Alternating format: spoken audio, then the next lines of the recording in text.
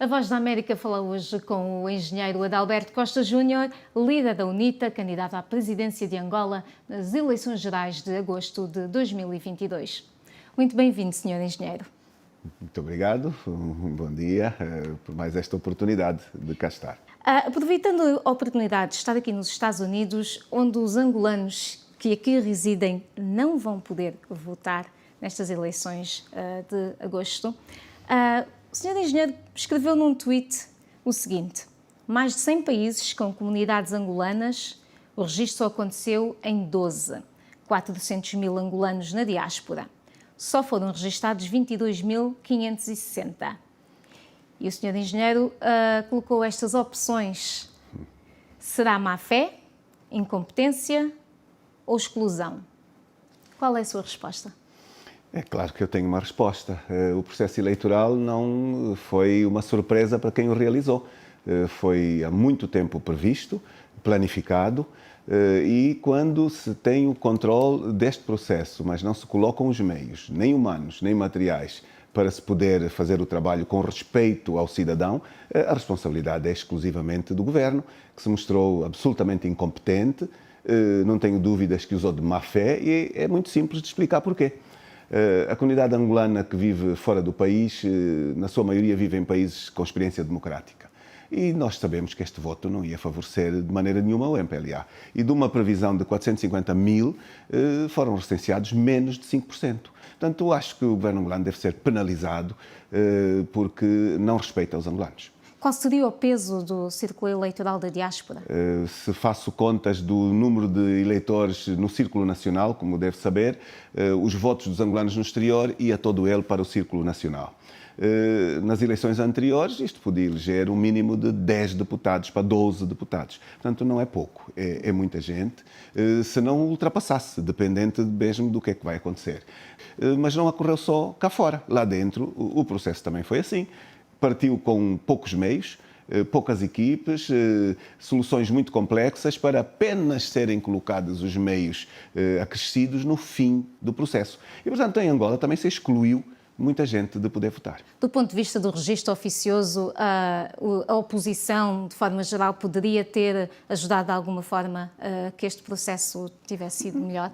Não podemos substituir o governo nas suas responsabilidades. Nós sempre estivemos disponíveis para a campanha de educação cívica que nós propusemos, mas nunca fomos chamados. Fizemos o nosso trabalho. Eu devo dizer que a UNITA, pelo país inteiro, fez uma enorme campanha de incentivo à inscrição dos angolanos, mas o governo excluiu.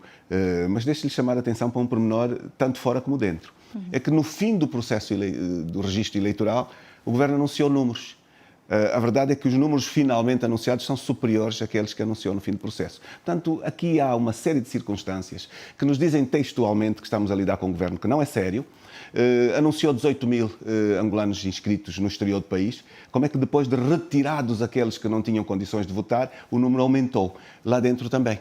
O governo anunciou 14 milhões, com a necessidade de expurgar os mortos, que são muitos. Aquilo que nós sabemos é que são 100 mil por ano. E eu tenho a informação que desde 1996 não se expurgam os mortos do processo. Portanto, são superiores a 2 milhões e meio de mortos que fazem parte do registro.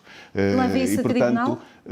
Pois, este é que é o grande problema, porque estas informações são-nos dadas por dirigentes do MPLA. O próprio ministro declarou o número no fim do registro e, se levar apenas como referência, desde as últimas eleições para hoje, são 5 anos sem atualização. São 500 mil mortos em média que deviam sair. O número aumentou também, em vez de reduzir. É o momento de cada pessoa assumir que o futuro depende de si próprio, de ir votar, primeiro de ir aos BOAPs, que ainda estão abertos, e verificar o seu nome. Porque o governo não publicar as listas, como diz a lei, e a lei é claríssima, e mais uma vez fica muito mal ao governo ter ministros que são professores universitários e que dizem que lá onde diz publicação não significa publicação. Portanto, veja isto, mas é preciso irem verificar os seus nomes para terem a certeza onde vão votar e depois tomarem conta do vosso voto. E a inclusão de Abel Chivucovuco como número 2 já gerou algumas reações negativas entre os militantes. Não é verdade. Não gerou nenhuma reação de militantes. As manifestações que houve ontem, os protestos em frente ao Tribunal Constitucional. Não houve nenhuma manifestação. Veja este pormenor, o que é interessante de ver. A lei em Angola proíbe manifestações em frente e na proximidade dos órgãos. Mas aquelas manifestações que são autorizadas, já se diz quem é que as organizou. Foi o MPLA. E, portanto, não se tratam de militantes da UNITA. Esta é uma realidade de Angola. São os gabinetes de ação psicológica, da presidência, enfim, porque estavam mesmo à frente, a 30 metros de uma instituição. Portanto, é uma absoluta ilegalidade. Não são militantes. Independentemente de ter havido protesto ou não houve protesto nenhum. Mas, independentemente desse protesto. A estratégia que nós seguimos foi uma estratégia apoiada no Congresso, debatida do topo à base e aplaudida pelos militantes. E, portanto, nós tivemos a coragem de submeter uma lista que abriu espaço a outras realidades políticas, abriu espaço à sociedade civil, o que vem demonstrar que a UNITA está madura, está preparada para trabalhar com os diferentes, e nós temos dito e estamos a fazer. Portanto, nós é o que se diz, mata a cobra e mostra o pau, pois nós fizemos uma lista que corresponde àquilo que os angolanos estavam à espera. Falou de coragem. E portanto, sem dúvida. Falou de coragem. Portanto, foi preciso coragem para incluir Abel Chivucovuco nesta lista, respondendo a supostas críticas que possam ter havido em relação a essa inclusão de Abel Chivucovuco como número 2? Não é preciso muito para se perceber os desafios que temos pela frente. A opção de dialogar com outros partidos. E o caso do Abel não é um caso distinto. Dialogar com outros, dialogar com a sociedade e abrir um espaço do partido para esta participação, sem dúvida, obriga, antes da coragem, consulta às instituições. E nós fomos sempre muito cuidadosos e fomos permanentemente consultado o Congresso, a Comissão Política, o Comitê Permanente e, portanto, este é o resultado de muita votação e da auscultação interna. Seguramente, esta é a representação também da moção estratégica que levei ao Congresso e que, pelos vistos, o regime não a queria, porque ao ter-me anulado o primeiro Congresso, sabíamos que, acima de tudo, queria impedir que, na prática, este espírito, esta ideia de ampla frente para a alternância se formatasse. Ela está nas listas sob a bandeira da UNITA. Ainda sobre Abel Chivucovuco, quer a UNITA ganhe as eleições ou não, é certeza que Abel Chivucovuco vai estar na bancada parlamentar, correto? Estará ele sujeito à disciplina da UNITA no Parlamento ou será ele um deputado independente? Nós temos um programa político e todos aqueles que participam na lista da UNITA assumiram o programa político. É uma visão comum para Angola. E, portanto, se esta visão comum para Angola existe, é quanto nos basta. E pedimos apenas o voto do cidadão. Como sabe, tenho anunciado muitas medidas. Para além destas, a questão do ciclo constitucional. Voto na UNITA significará claramente a revisão da Constituição, a reeleição direta do Presidente da República, a diminuição dos poderes, a existência do Tribunal Eleitoral, que responda de forma diferente a esta acumulação de funções impróprias ao Tribunal Constitucional. Há cerca de 3 dezenas e qualquer coisa de mulheres na lista de deputados da UNITA. Que papel é que as mulheres têm nas políticas que a UNITA quer implementar? Eu tenho que ser muito sincero, nós não estamos ainda satisfeitos com a representação que temos. É preciso investir muito mais, porque a mulher é fundamental, não tem nada a dever ao homem. A mãe em África tem muito mais força do que o homem no seu espaço, no seu lar, na sua comunidade, pelo que nós temos muitos desafios de investimento no âmbito do empoderamento da mulher. A diferenciação positiva tem que continuar a ser uma realidade nossa. Nós dissemos, eleitos presidente, teremos um departamento específico que estudará permanentemente as formas de apoio ao empoderamento, eu diria, do rural ao urbano, em todas as condições, porque, de facto, este é um investimento com resultados, não para a mulher que faz o investimento, mas para toda a família, para toda a comunidade. Nós ainda não tivemos a oportunidade de ver o programa eleitoral da UNITA. Muito bem, não foi publicado ainda. Exatamente. Com o que é que os eleitores podem contar? Quais são as prioridades da UNITA para o OGE? Dê-nos algo. Muito simples. Nós publicámos o GIP na anterior campanha eleitoral. e vimos o JIP assaltado, até nos seus termos. Aquilo que foi uma criação da UNITA ficou imitado, embora sem a alma. E por isso é que depois Angola não conseguiu ver interpretados na prática muitas das sugestões, porque quem governa deve ser inteligente o suficiente para ir buscar ideias, inclusive na oposição. O governo atual não foi capaz de o fazer. Nós vamos publicar o manifesto eleitoral. E que vai sair do tempo próprio, porque se reparar, ninguém publicou, mesmo o partido que está no poder não publicou. Provavelmente ficou à espera de ver as ideias de outros. Nós temos este documento pronto. Sobre o Orçamento Geral do Estado, a pergunta é muito específica e a resposta também pode vir de forma muito, muito concreta. Acima de tudo, nós não temos tido uma fiscalização efetiva do Orçamento Geral do Estado. E temos um grande problema no Orçamento Geral do Estado, que é o facto de, com esta Constituição, atribuir-se ao Presidente da República a oportunidade de poder assumir empréstimos sem serem autorizados pela Assembleia Nacional, o que desvia claramente os cumprimentos do orçamento. Portanto, é muito grave quando se discute profundamente um plano estratégico como o Orçamento Geral do Estado, que o Presidente não vai à Assembleia defendê-lo. Este é um outro grande problema. A UNITA tem defendido a eleição direta do Presidente da República, tem muito a ver com a sua pergunta. Ao não ser eleito diretamente pelo voto do cidadão, apanha boleia num voto da Assembleia Nacional, sente que não deve ir lá prestar contas. E ao não ir lá prestar contas, não se sente a sua responsabilidade nem sequer na justificação daquilo que lá se discute. Isso é muito mau. Eu, quando fiquei na Assembleia, um dos meus grandes objetivos era trazer o presidente do MPLA e o presidente depois, não diria só da República, do MPLA, ao Parlamento. Mas depois o próprio Presidente da República sentir-se com o incentivo de ver o líder da oposição no Parlamento e ele vir para o debate político-constitucional. Infelizmente não foi, nunca. E, portanto, estes aspectos, não é eleito diretamente e nós queremos fazer esta mudança. Temos a intenção de, numa eleição direta, substituir depois esta presença atual dupla em que é Presidente do Partido e é Presidente da República. Connosco isto não vai acontecer. Nós deixamos o partido sem correr o risco depois de trazer vantagens para quem tem o cartão de pertença. Este cartão de pertença faz muita diferenciação em Angola. Voltemos ainda para o Orçamento Geral do Estado. Sim. Acabar com estes orçamentos multimilionários que não passam pela Assembleia Nacional e que nos têm criado verdadeiros dramas e, como consequência, é que hoje o cidadão angolano paga metade do custo do orçamento é para a dívida pública. Não há fiscalização efetiva do OGE plena, porque depois o que nós propomos como iniciativa é votado contra nas comissões. Porquê? Porque não serve o país, na sua maioria, serve-se o partido. Mas voltando ao OGE, saúde, educação, defesa, quais são as prioridades? Temos anunciado medidas que estão nas propostas que nós estamos a distribuir daqui a muitos poucos dias. O manifesto eleitoral traz a absoluta necessidade de Angola respeitar os contratos que assina e os compromissos que assina, inclusive no plano regional.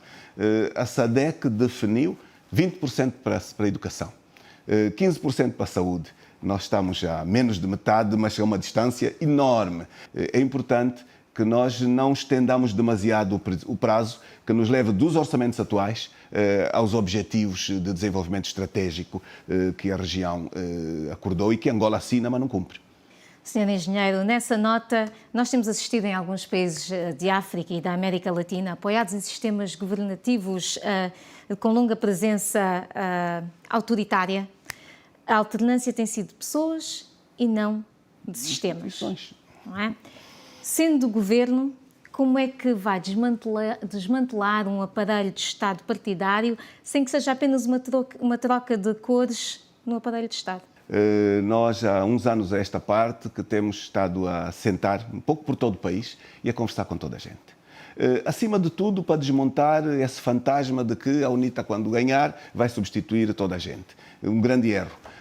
Nós, se formos fazer contas das necessidades de quadros que Angola tem, nós estamos a uma distância enorme dos quadros necessários. Portanto, nós vamos precisar, durante muitos anos, de investimentos contínuos para chegarmos aos números necessários no âmbito das múltiplas profissões e das instituições que precisamos.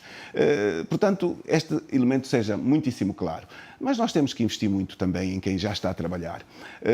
Nós temos que ter orçamentos fortes para atualização, para formação contínua, para a melhoria dos níveis dos quadros no âmbito do serviço que prestam, porque a qualidade dos serviços não é boa. Também, a muitos níveis. Portanto, não é uma educação apenas para os jovens, não é uma necessidade de suprir necessidades que não existem hoje, é também uma necessidade de investir em quem já lá está, potenciando a condição de poderem servir. Portanto, isto não deve assustar absolutamente ninguém, porque temos noção clara dos desafios que Angola precisa e temos noção porquê? Porque nós vamos ao encontro cidadão. Eu estou a vir de um périplo enormíssimo. Eu fiz, há menos de uma semana, 1000 quilómetros para o Cubango. Passei o dia em audiências junto das comunidades, fizemos um ato público, terminou a noite, regressei por terra mais 1000 quilómetros para Luanda. Tem-se dito que o Sr. Engenheiro não ausculta o povo, não tem contacto com as bases. Falou agora que acaba de vir do Cubango. Mas as imagens estão todas. Sabe quem é que faz estas afirmações? Provavelmente aqueles que não me entrevistam. Eu em Angola não sou entrevistado, eu tenho um boicote por parte do regime que tem os direitos todos dos seus comícios, desrespeita a Constituição, desrespeita a lei dos partidos políticos, desrespeita a lei de imprensa, desrespeita a lei eleitoral, procura vantagens embaixo da mesa.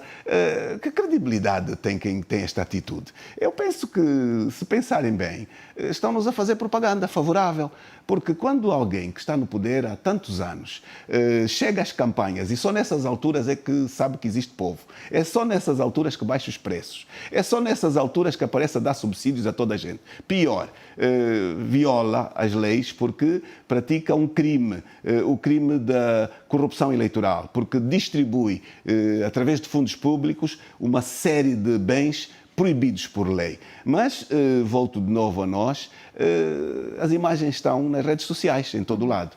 Porque são as redes sociais hoje que nos permitem chegar ao cidadão, porque nós temos uma ordem, diria assim, embora se negue, mas temos isto, nós temos programas nas televisões, que em vez de nos facultar acesso, são programas para desmontar a nossa mensagem, permanentes, há anos. Isto ajuda o cidadão a perceber que a Angola desenvolvida não existirá sem uma liberdade na comunicação social. Falamos de corrupção, mencionou corrupção e a UNITA tem criticado fortemente o combate à corrupção de João Lourenço, destacando, por exemplo, a atribuição de contratos por ajuste direto como um método que perpetua o nepotismo. Senhor Engenheiro, isto são práticas enraizadas de alguma forma que vão ficando e que não é da noite para o dia que serão alteradas. Qual é o plano da UNITA? Como é que a UNITA pensa fazer diferente? Bem, acima de tudo, o cidadão votar na mudança. Porque a continuidade já provou aquilo que é capaz e aquilo que não quer fazer. Depois de estar 46 anos no poder. E há quem diga, não é verdade porque houve a guerra. Ok, então vamos dizer, depois de 20 anos de paz, com orçamentos multimilionários, não se transformou o país na dimensão que estes orçamentos permitiam, chegar a uma altura de pré-campanha e só estar a fazer promessas, em vez de estar a fazer os balanços do que se fez, só há promessas, é a altura, de facto, de mandar este governo para casa, para ganhar respeito e sensibilidade ao seu povo. A UNITA fará mesmo diferente porque nós temos, de facto, estado em contacto de muita intimidade com o povo e isso vê-se nas múltiplas imagens que estão nas redes sociais. Nós temos também uma página que é muito fácil de aceder a ela e aqui vê-se bem o quanto a nossa proposta de governação está riquíssima, está cheia de iniciativas. Nós estivemos há pouco tempo num congresso de quadros chamado Congresso da Nação. Foi organizado por membros da sociedade civil, mas o partido de regime deixou a cadeira vazia. A minha intervenção foi: nós precisamos fazer o rewind total. Nós precisamos de acabar com estes vícios. Um fast forward.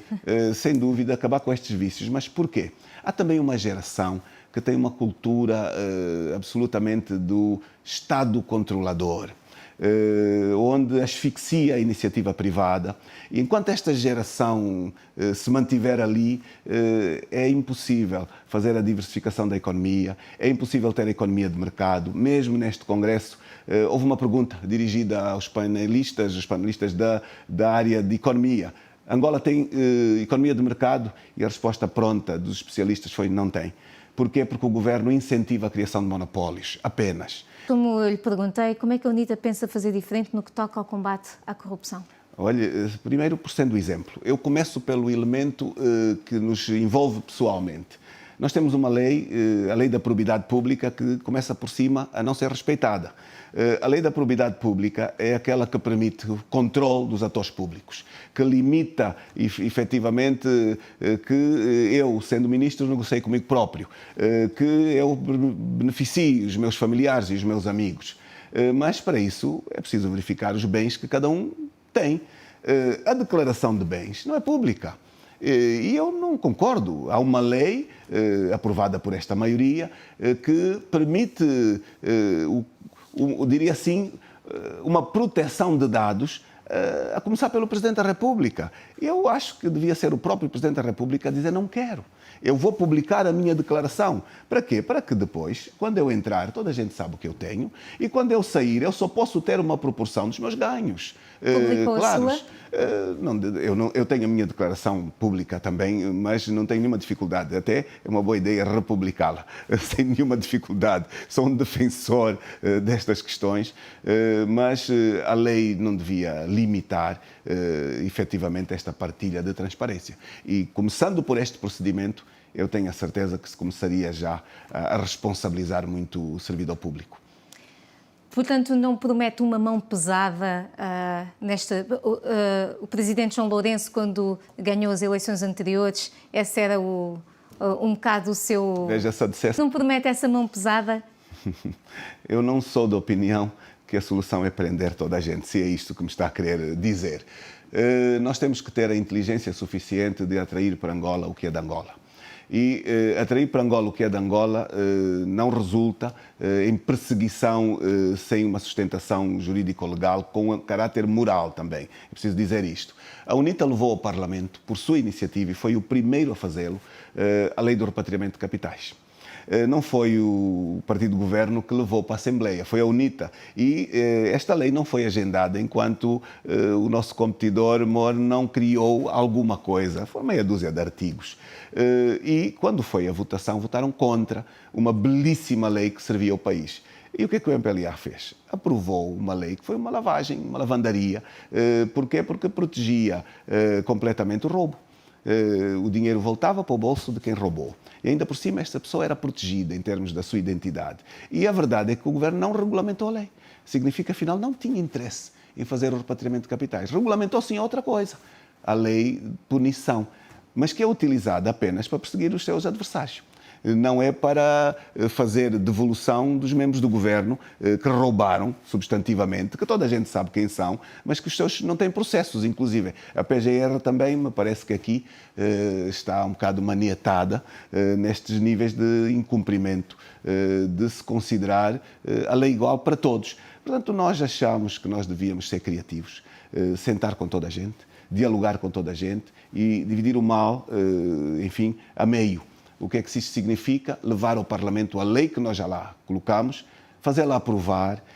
Esta lei permite que, de facto, o erário público receba voluntários que queiram devolver fundos e que permita uma parte deste dinheiro ficar na mão deles, mas para investimentos de criação de emprego. Porque, senão, os empregos são criados fora do país. As pessoas estão a fazer hoje projetos um bocado por todo o mundo e Angola com absolutas necessidades destes recursos.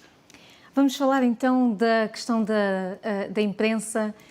Falava há pouco que a UNITA é bloqueada e, de forma geral, toda a oposição queixa-se da comunicação social estatal.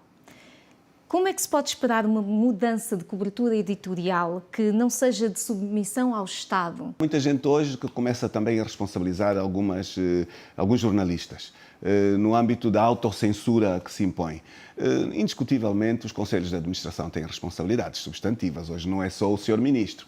Os conselhos de administração das TPAs, da Zimbo, atuam em absoluta violação da lei e são chefiados e liderados por pessoas com maturidade, com formação. É absolutamente escandaloso e inaceitável o mau trabalho que prestam ao país. Eu dou-lhe só um pequenino exemplo. O que é que aconteceu, por exemplo, em Cabinda? Eu fiz o comício de Cabinda no mesmo dia em que o MPLA fez o comício no Mexico. O comício do Mexico foi transmitido em direto, todo ele, e eu nem quero acreditar como é que é possível o Sr. Presidente da República sentir-se bem, apanhar uma boleia negada aos outros. Quer dizer, o papel que me parece de um Presidente da República é de um garante que se sai do seu nível partidário e representa efetivamente o respeito à lei e o interesse de todos, pois não é isto que está a acontecer em Angola. De tal forma que elogia, inclusive, este privilégio que lhe é dirigido. Isto é gravíssimo. Então, o que é que se passou à noite? Estava, inclusive, num sítio com muita gente e apareceu a minha imagem de comício. E as pessoas todas ficaram admiradas porque não é comum aparecer na televisão pública a minha imagem. Então, puseram som, mas eu estava a falar sem a minha voz estar a ser ouvida. Portanto, ficaram todos decepcionados. Estava a ser interpretado pelo jornalista do estúdio, que estava a dizer que todo o meu discurso era um elogio à governação. Portanto, veja a manipulação. E tão logo terminou esta imagem, surgiu um espaço do comício. Pensávamos que era o nosso, era o comício do MPLA. Portanto, nas nossas imagens, não dão a voz, manipulam os conteúdos, não passam as imagens. Isto é uma pouca vergonha sem limite. Isto vem de uma total sobreposição dos poderes legislativo e judicial pelo executivo, em absoluto. E, portanto, temos problemas. Acresce, a UNITA levou ao Tribunal Supremo um processo com 61 disquetes, com as provas das violações. Está engavetado. Portanto, uma cambada de gente incompetente e, efetivamente, a demonstrar um mau serviço público que nós precisamos, efetivamente, de virar o paradigma. Sobre Cabinda, o senhor engenheiro disse no mapa da democracia, Cabinda com autonomia. O que é que significa essa autonomia? Em Cabinda também aprendemos algo. Nós não fomos para Cabinda apenas para levar um discurso. Nós fomos para Cabinda também para ouvir. E, acima de tudo, uma surpresa.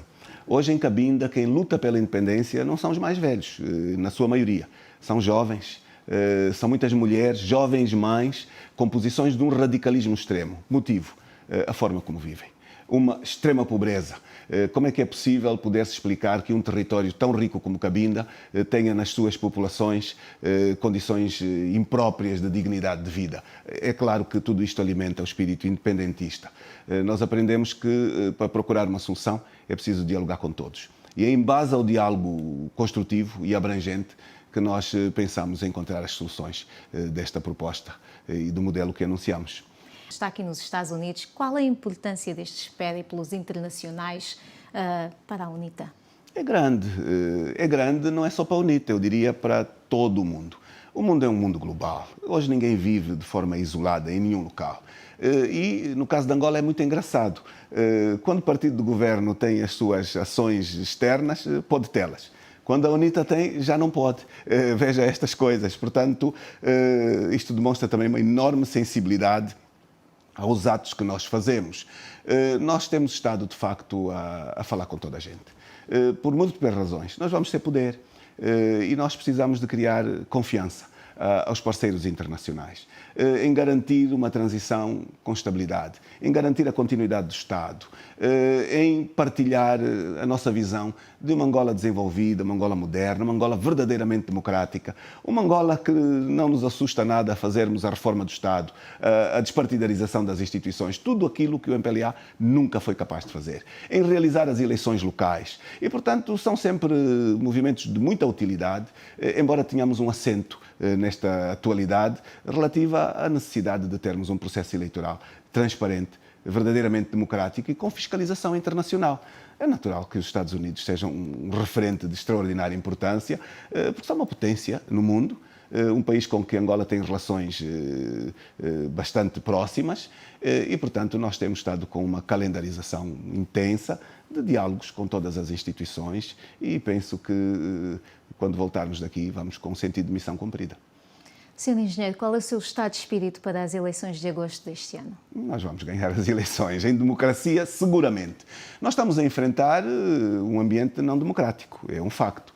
Mas, para qualquer analista, mesmo com este ambiente não democrático, nota-se que o regime está muito nervoso. E, portanto, nós devemos organizar-nos, devemos continuar a incentivar o cidadão para que seja ele próprio um ator da mudança, para que ele próprio sinta que pode ser um influenciador do seu próprio futuro, e se esta mensagem chegar a uma maioria absoluta dos angolanos, seguramente nós temos condições de ter um paradigma de um país melhor para todos. Muito obrigada mais uma vez. Obrigado nós. A partir dos estúdios da Voz da América em Washington, D.C., foi a entrevista com o engenheiro Adalberto Costa Júnior.